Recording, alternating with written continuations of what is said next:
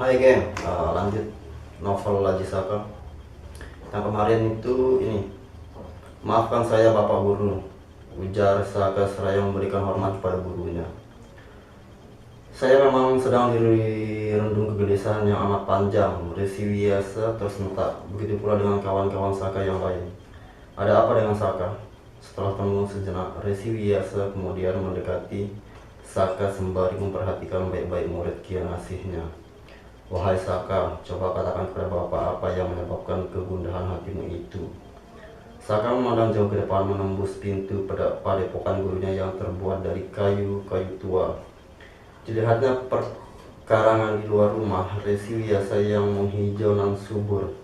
Tetapi sayang, Paman dengan yang menunjukkan pandangan mata itu tetap saja membuat hati Saka bagaikan teriris-iris pisau berarti tajam. Hatinya remuk, redam, justru ketika ia mempelajari kesusastraan secara mendalam kepada sang resi.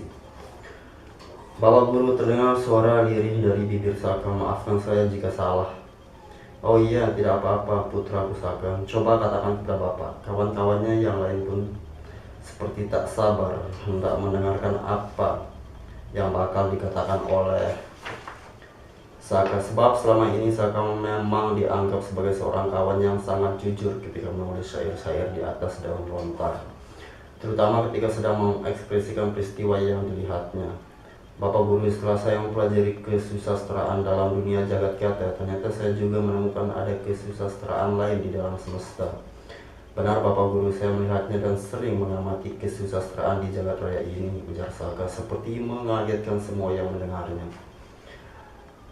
Resi Wiyasa pendidik kesusastraan yang arif lagi bijaksana tentu merasa kagum atas pencapaian muridnya. Ia mengangguk-anggukkan kepala setelah mendengar penuturan muridnya. Sebagai seorang yang telah banyak makan asam garam, tentu Resi Wiyasa tak terlalu kaget atas apa yang dialami oleh Saka, muridnya yang paling pintar. Enggak, Saka, kalau enggak tidak keberatan. Maukah engkau bercerita kepada guru serta kawan-kawanmu di sini? Tanya Resi Wiyasa dengan rendah hati. Saka pun menganggukkan kepala. Bapak Guru, saya melihat kehadiran matahari pada pagi hari di ufuk timur. Lalu siangnya saya menatapnya ketika ia berada persis di atas ubun-ubun.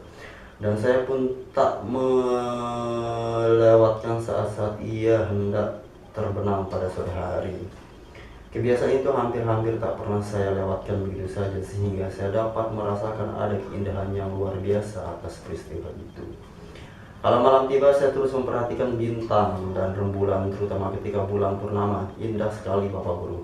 Bahkan karena keindahan pemandangan pada matahari, rembulan dan bintang-bintang, saya melihatnya bahwa di sana terdapat kesusastraan yang sangat luar biasa.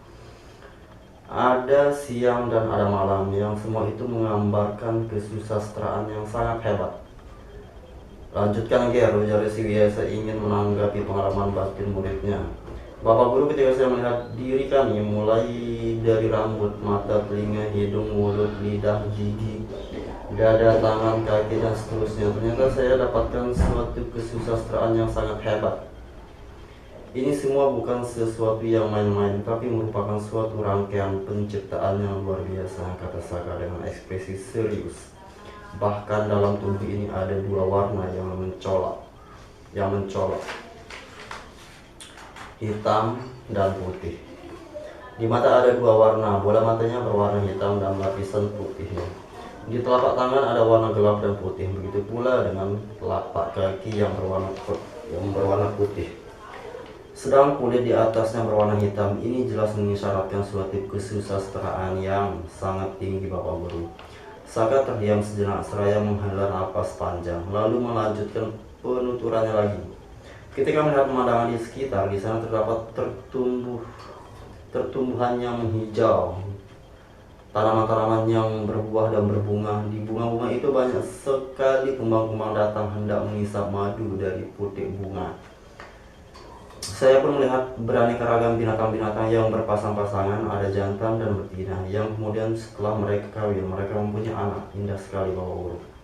Begitulah saya bercerita panjang lebar mengenai pengalaman batinnya kepada Resi Wiyasa dan kawan-kawannya. Ia benar-benar melumpuhkan segala unak-unak kepada gurunya.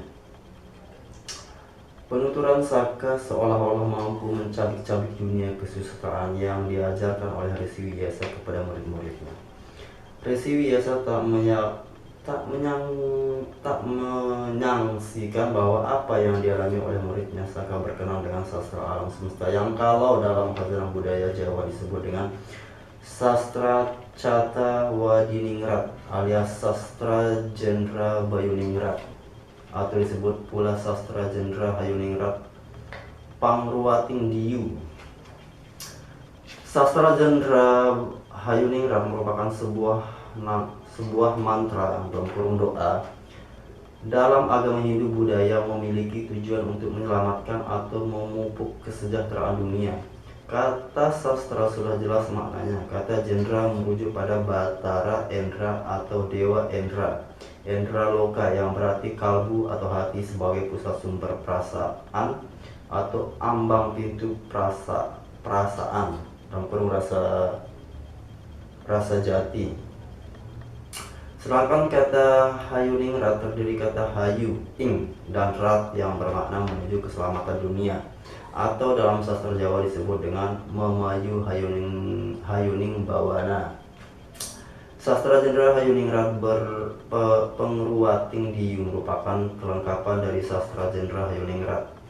Dalam buku Sratwadaran Wirid, KRS Yudi Parta Yuwono menjelaskan bahwa ilmu sastra Jendra Hayuningrat Pangruwating Diyu adalah ilmu atau pengetahuan gaib tentang rahasia seluruh alam semesta beserta perkembangannya, sehingga orang yang telah menguasainya akan menguasai pula Pangruwating Diyu. Artinya jika sebelumnya seperti seorang raksasa berwatak raksasa dalam kurung berwatak raksasa, ia bisa berubah menjadi manusia. Sedangkan kalau semula manusia biasa digambarkan bisa berubah menjadi dewa Asarira Batara. Sastra tanpa papan. Sastra tanpa nulis identik dengan sastra Jendra Hayuningrat atau sastra Jendra Hayuningrat Pangruwating Diyu atau sastra Cathawadiningrat. Dalam hal ini, sastra tanpa papan, sastra tanpa tulis, mengisyaratkan bahwa sastra alam semesta yang tergelar di jagat raya tidak membutuhkan papan dalam kurung tempat dan alat tulis untuk menuliskannya. Hal ini berbeda dengan sastra atau kesusastraan pada umumnya. Meski demikian, sastra alam harus dibaca karena ia merupakan ayat-ayat alam yang mengandung suatu kebenaran, keluhuran, dan merupakan keagungan Tuhan.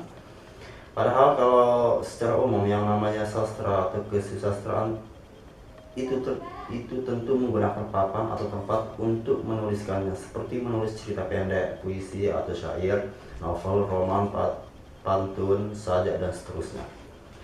Jika ditinjau dari perspektif Islam, memang ada di antara hamba-hamba Allah SWT yang dikarunia kemampuan untuk membaca sastra alam seperti itu, yakni sebagaimana diisyaratkan dalam surat Al-Baqarah ayat 282.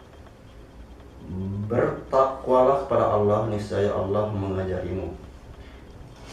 Orang yang mendapatkan pengajaran dari Allah secara langsung dalam perspektif ilmu hakikat, ia disebut dengan ilmu laduni, yakni ilmu yang bersumber dari Tuhan. Tentu pengajaran Tuhan melalui perantara hati yang bening atau hati yang bersih, yakni hati yang senantiasa ingat kepadanya, zikrullah. Di dalam Al-Quran misalnya diinformasikan bahwa satu buah biji pada jika ditanam akan membuahkan 700 butir padi. Begitulah gambaran berlipat ganda suatu pahala yang diberikan Allah Subhanahu wa Ta'ala kepada hambanya yang mengeluarkan sedekah kepada para fakir miskin atau orang-orang yang berhak menerimanya. Bukankah hal itu mengisyaratkan suatu makna sastra tanpa papan dalam kehidupan? Sekian, wassalamualaikum warahmatullahi wabarakatuh.